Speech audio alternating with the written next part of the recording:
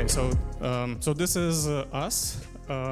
This is us, and I would love to actually make the presentation a bit engaging for today. So take out your phones and please scan this QR code. So we're gonna do a little quiz today.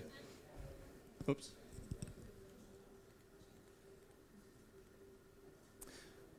Oh wait, I've just realized that we needed to show the results on the slide. But in any case, here's what we're gonna do. Guys, just take your phones out, scan the QR code, and I'm gonna start the polling first. So, are you guys ready? Yes. So let's go. The first question is, how would you describe content marketing in one word? So let's take like 30 seconds. How would you describe content marketing in one word? So we have 8 responses already. We have creative, difficult, creative again, hard, impact, engage, key, content, storytelling, specific, confusing. Creative is leading the pack. Creative, storytelling is runner-up. Creative is still leading the pack, so we have like 37 responses. Thanks, guys. So I'm happy to tell you that content marketing doesn't have to be hard, and it really isn't. But I'm gonna elaborate on this in my subsequent slides. So the second question, let's move on. How often do you apply content marketing in your venture? So you should see it in your Slido dashboard. How often do you apply content marketing in your venture? So we have the responses coming in daily, once a month. Okay, that's an interesting split. So a few times a week is leading the way. So about 33% of you guys do that. Most of you do it once a month. Okay. All right, we have 36 responses, so a few times a week. Okay, let's move on to the last question. So what age gap does your target demographic fall into? So there is a set of age ranges. All right, so most of you guys target individuals age 26-35. The second biggest is 46 to 55.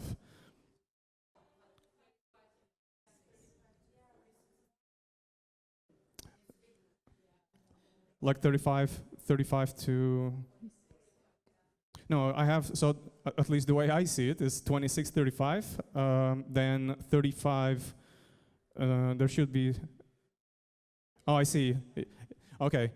Yeah, good catch, guys. But regardless, we still have the 26 to 35 as leading the way. So most of you are targeting young professionals. So it sounds like this presentation will be of incredible value to all of you. So thanks so much. So let's move on with the slides. So this is us, this is AlphaGamma. We're a business portal for young professionals, and essentially what we do is we create content that covers career and business tips, trends, and opportunities. We're based in Amsterdam, so it's actually a family business. So my brother and myself, we started it. So my brother Eric, he's the CTO, myself, I am the CEO, and we have a team of 15. So we are a diverse, yet we are a remote team. But we have our headquarters in Amsterdam, and we cater content to a global audience. So we reach more than 4 million young individuals every month. And I think what is important is that it didn't take us, this success didn't happen overnight. So last month we turned 7 years. So there was a process behind figuring out the principles that actually fit that target demographic. So for those of you who don't really know what content marketing is, and there's about a third of you guys, that content marketing is really about providing value to your target audience. It's really about providing insightful content that makes lives easier for your potential customers. And after trying out different strategies, trying out different approaches, we crystallized our workflow with the content in these 3 principles. So they can be summed up in this way. So the content creation, content promotion, and then content conversion.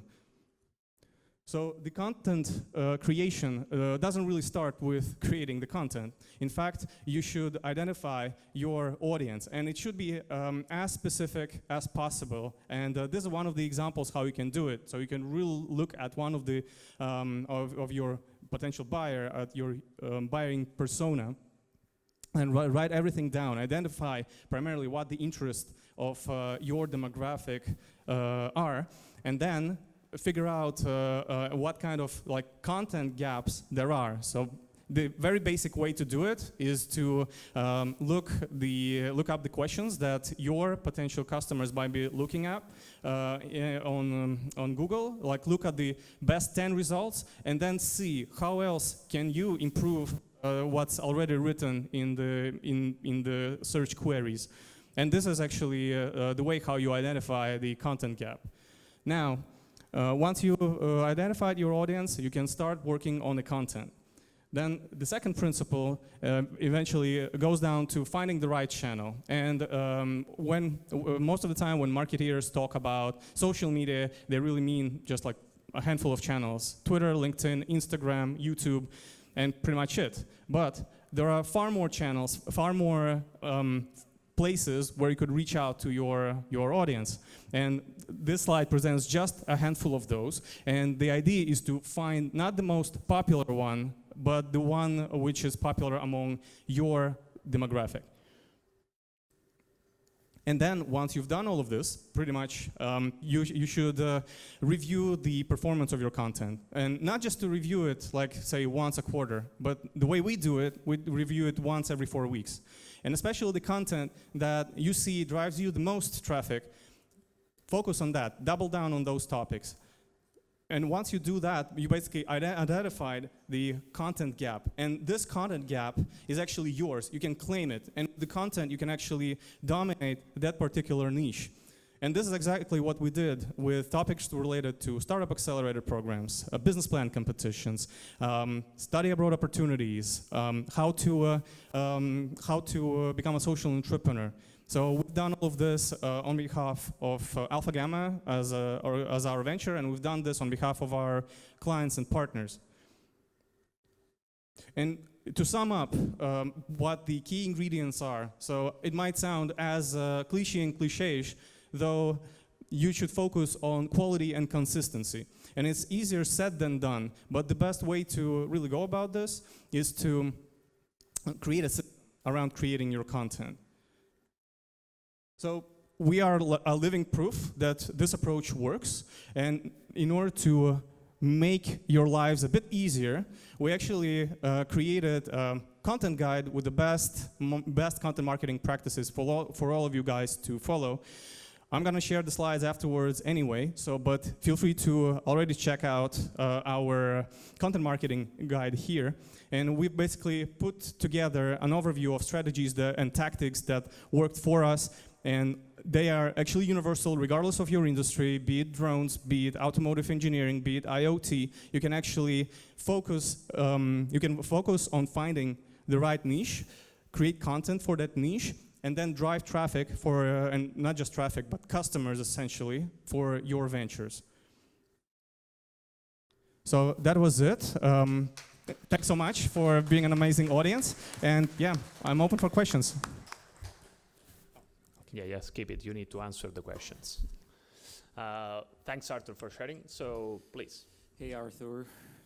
All right. Hello, I'm here to the left. Oh, yes. Thanks for the presentation. I'm wondering, so you have quite a wide audience. I'm wondering which subgroup of this audience brings the best results for you, and what these results are: conversions into programs that you promote sometimes, or cash, or advertisement value. That's interesting. Mm-hmm.